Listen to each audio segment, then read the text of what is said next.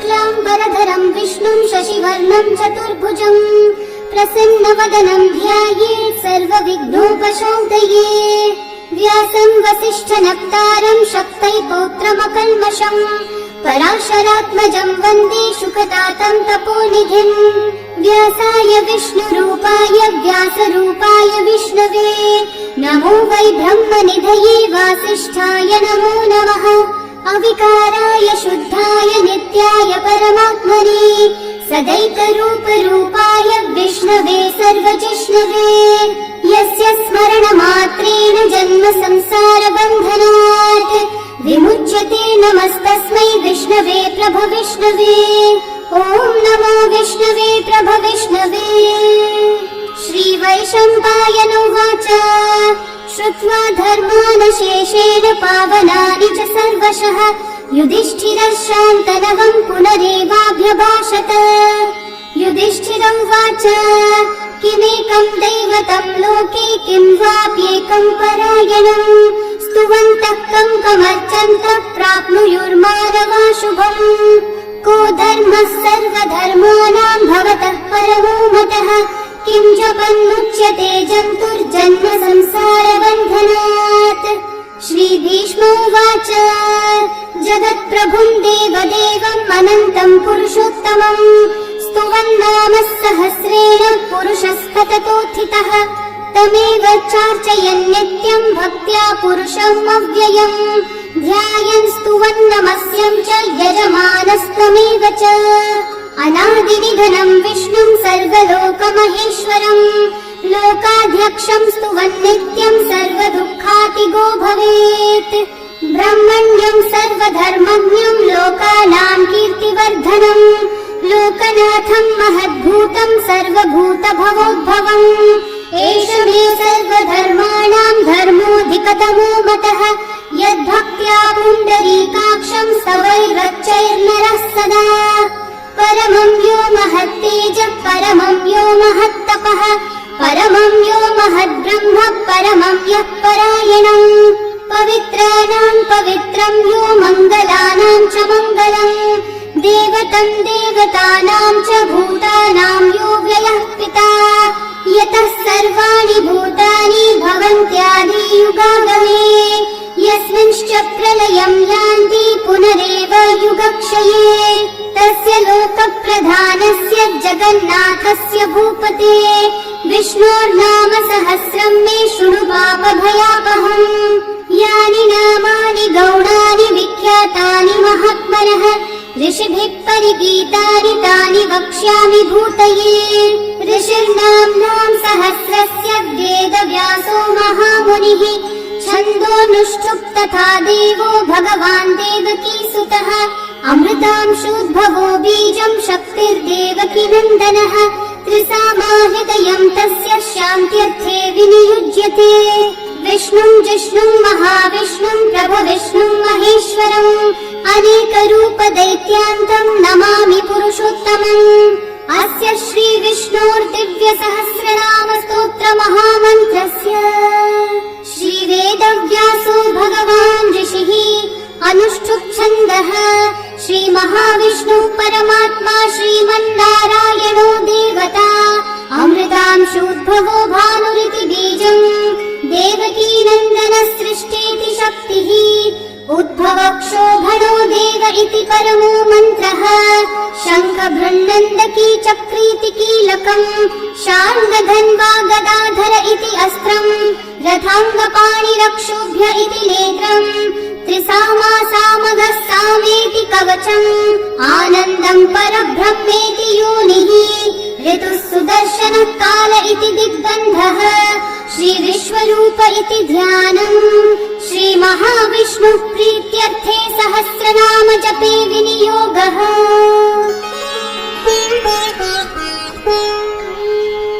ध्यानम् क्षीरोधन्वत्प्रदेशे शुचिमणिविलसत्सैकते मौक्तिकानां माला क्लुप्ता सरस्तस्फटिकमणिनिभैर्मौक्तिकैर्मण्डिताङ्गः शुभ्रैरभ्रैरतभ्रैरुपरि विरचितैर्मुक्तपीयूषवर्षैः आनन्देन पुनीयादरिनलिनगदा शङ्खपाणिर्मुकुन्दः गुह्पादौ यस्य नाभिर्वियदसुरनिलश्चन्द्रसूर्यौ च नेत्रे कर्णावाशाः शिरौ द्योर्मुखमपि दहनो यस्य वास्तेयमप्तिः अन्तस्थं यस्य विश्वं सुरनरखगो भोगि गन्धर्वदैत्यैः चित्रं रम्यतेतं त्रिभुवन विपुषं विष्णुमीशं नमामि। ॐ नमो भगवते वासुदेवाय। शान्ताकारं भुजगशयनं पद्मनाभं सुरेशं विश्वाधारं गगनसदृशं मेघवर्णं शुभङ्गं लक्ष्मीकान्तं कमलनयनं योगिहृद्ध्यानगम्यं वन्दे विष्णुं भवभयहरं सर्वलोकैकनाथम्। मेघश्यामं पीतकौशेयवासं श्रीवत्साङ्कं कौस्तुभोद्भासिताङ्गं पुण्योपेतं पुण्डरीकायताक्षं विष्णुं वन्दे सर्वलोकैकनाथम्। नमः समस्तभूतानामादिभूताय भूभृते अनेकरूपरूपाय विष्णवे प्रभविष्णवे सशङ्खचक्रं सकिरीटकुण्डलं सपीतवस्त्रं सरसीरुहेक्षणं सहारवक्षस्थलशोभिकौस्तुभं नमामि विष्णुं शिरसा चतुर्भुजम्। छायायां पारिजातस्य हेमसिंहासनोपरि आसीनमम्बुदश्याममायताक्षम् अलङ्कृतम् चन्द्राननं चतुर्बाहुं श्रीवत्साङ्कितवक्षसं रुक्मिणी सत्यभामाभ्यां सहितं कृष्णमाश्रये।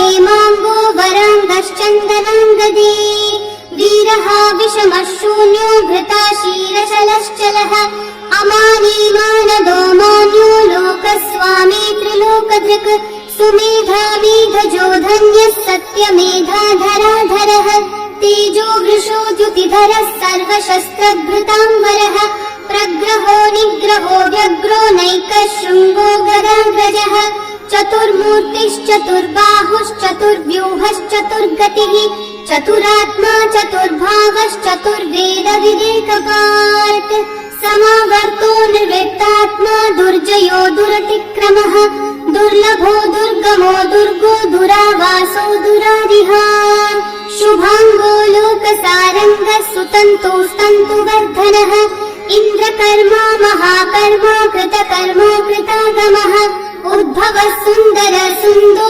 रत्ननाभः सुलोचनः अर्को वाजः शृङ्गी जयन्तः सर्वविजयी सुवर्णबिन्दु रक्षोभ्यः सर्ववागीश्वरेश्वरः महाहृदो महागर्तो महाभूतो महानिधिः कुमुद कुन्दर कुन्द पर्जन्य पावनो निलः अमृताशोऽमृतवपुः सर्वज्ञः सर्वतोमुखः सुलभः सुवृतः सिद्धः शत्रुजिच्छत्रुतापनः न्यग्रोधो दम्बरोऽश्वत्थश्चाणूर्रान्ध्रनिषूदनः सहस्राचिः सप्तजिह्वा सप्तैधा सप्तवाहनः अमूर्तिरनघो चिन्त्यो भयकृद्भयनाशनः अनुबृहत्कृशस्थूलो गुणवृन्निर्गुणो महान् अधृतस्वधृतस्वास्य प्राग्वंशो वंशवर्धनः भारभृत्कथितो योगी योगीशः सर्वकामदः आश्रमश्रमणश्रामः सुपर्णो वायुवाहनः धनुर्धरो धनुर्वेदो दण्डो दमयिता दमः अपराजितः सर्वसहो नियन्ता नियमो यमः सत्त्ववान् सात्विकः सत्यः सत्यधर्मपरायणः अभिप्राय प्रियार्होर्हः प्रियकृत्प्रीतिवर्धनः विहाय स गतिर्ज्योतिः सुरचिर्हुतभुक् विभुः रविर्विरोचनः सूर्यः सविता रविलोचनः अनन्तो हुतभुग्भोक्ता सुखदो नैकजोऽग्रजः अनिर्विण्णः सदा मर्षि लोकाधिष्ठानमद्भुतः सनातनतमः कपिलः कपिरव्ययः स्वस्तिदः स्वस्तिकृत् स्वस्ति स्वस्ति भुक् स्वस्ति दक्षिणः अरौद्रः कुण्डली चक्री विक्रम यूर्जितशासनः शब्दातिगः शब्दसः शिशिरः शर्वरीकरः अक्रूरः पेशलो दक्षो दक्षिणक्षमिनाम्बरः विद्वत्तमो वीतभयः पुण्यश्रवणकीर्तनः उत्तारणो दुष्कृतिः पुण्यो दुःस्वप्ननाशनः वीरः रक्षणः सन्तो जीवनः पर्यवस्थितः अनन्तरूपोऽनन्तश्रीर्जितमन्युर्भयापहः चतुर्दश्रो गभीरात्मा विदिशो व्यादिशो दिशः अनादिर्भूर्भुवो लक्ष्मी सुवीरो रुचिराङ्गदः जननो जनजन्मादि भीमो भीमपराक्रमः आधारनिलयो धाता पुष्पहास प्रजागरः ऊर्ध्वगः सत्पथाचारः प्राणदः प्रणवप्पणः प्रमाणम् प्राणनिलयम् प्राणभृत्प्राणजीवनः तत्त्वम् तत्त्वविदेकात्मा जन्म मृत्यु जरातिगः भूर्भुवः स्वस्तरुस्तारः सविता प्रपितामहः यज्ञो यज्ञपतिर्यज्वा यज्ञाङ्गो यज्ञवाहनः यज्ञभृद्यज्ञभृद्यज्ञी यज्ञभुग्यज्ञसाधनः यज्ञातकृत्यज्ञगुह्यामन्नमन्नादयेव च आत्मयोनिः स्वयं जातो वैखानः सामगायनः देवकी नन्दनः सृष्टा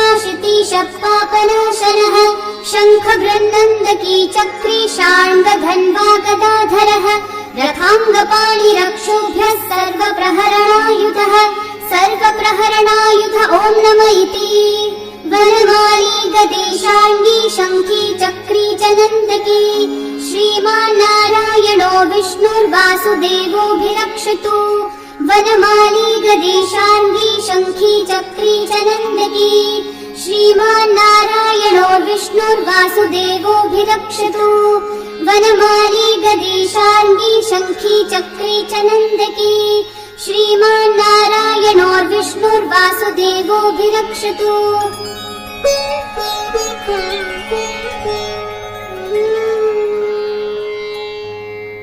इतीदं कीर्तनीयस्य केशवस्य महात्मनः नाम्नां सहस्रं दिव्यानामशेषेण प्रकीर्तितम्। य इदं शृणुयान् नित्यं यश्चापि परिकीर्तयेत् न शुभं प्राप्नुयात् किञ्चित् सोमुत्रेह च मानवः। वेदान्तगो ब्राह्मणः स्यात् क्षत्रियो विजयी भवेत्। वैश्यो धन समृद्धः स्यात् शूद्रः सुखमवाप्नुयात्। धर्मार्थी प्राप्नुयात् धर्मम् अर्थार्थी चार्थमाप्नुयात्। कामानवाप्नुयात् कामी प्रजार्थी चाप्नुयात् प्रजाम्। भक्तिमान् यः सदोत्थाय शुचिस्तद्गतमानसः सहस्रं वासुदेवस्य नाम्नामेतत् प्रकीर्तयेत्। यशः प्राप्नोति विपुलं याति प्राधान्यमेव च। अचलां श्रियमाप्नोति श्रेय प्राप्नोत्यनुत्तमम्। न भयं क्वचिदाप्नोति वीर्यं तेजश्च विन्दति। भवत्यरोगो द्युतिमान् बलरूपगुणान्वितः। रोगार्तो मुच्यते रोगात् बद्धो मुच्येत बन्धनात्। भयान्मुच्येत भीतस्थो मुच्येतापन्न आपदः। दुर्गायपि तरत्याशु पुरुषः पुरुषोत्तमम्। स्तुवन्नाम सहस्रेण नित्यं भक्ति समन्वितः। वासुदेवाश्रयो मर्त्यो वासुदेवपरायणः। सर्वपाप विशुद्धात्मा याति ब्रह्म सनातनम्। न वासुदेव भक्तानामशुभं विद्यते क्वचित्। जन्म मृत्यु जरा व्याधि भयं नैवोपजायते।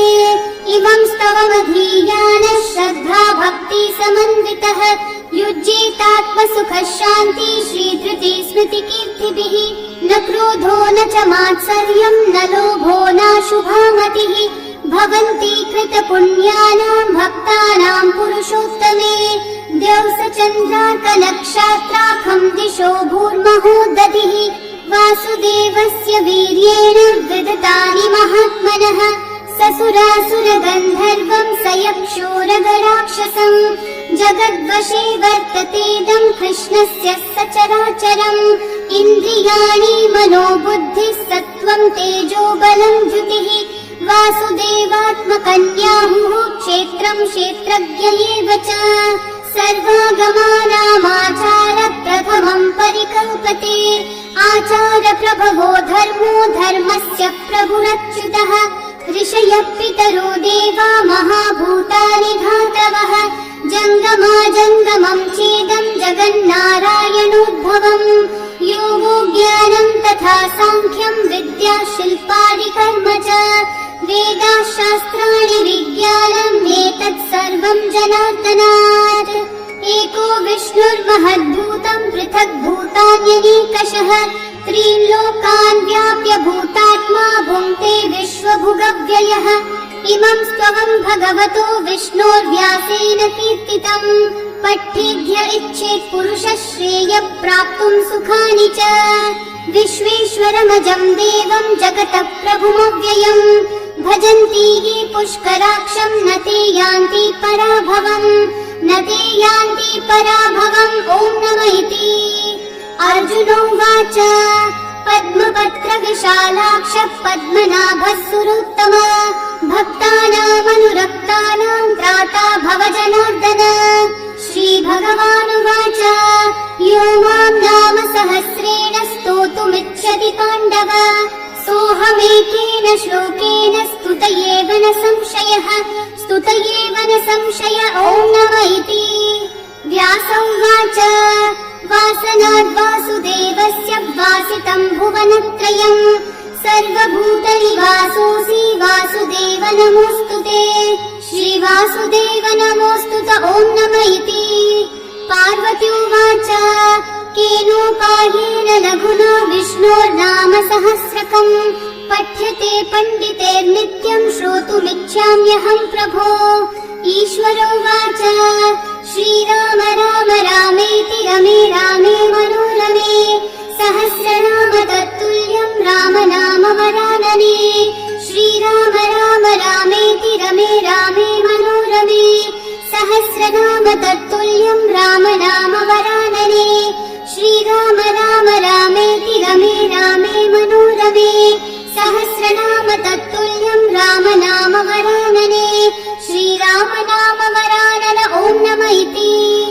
ब्रह्म उवाच नमोऽस्त्वनन्ताय सहस्रमूर्तये सहस्रपादाक्षि शिरोरुबाहवे सहस्रनाम्ने पुरुषाय शाश्वते सहस्रकोटियुगधारिणे नमः। सहस्रकोटियुगधारिण ॐ नम इति। सञ्जय उवाच यत्र योगीश्वर कृष्णो यत्र पार्थो धनुर्धरः तत्र श्रीर्विजयो भूतिर्ध्रुवा नीतिर्मतिर्मम।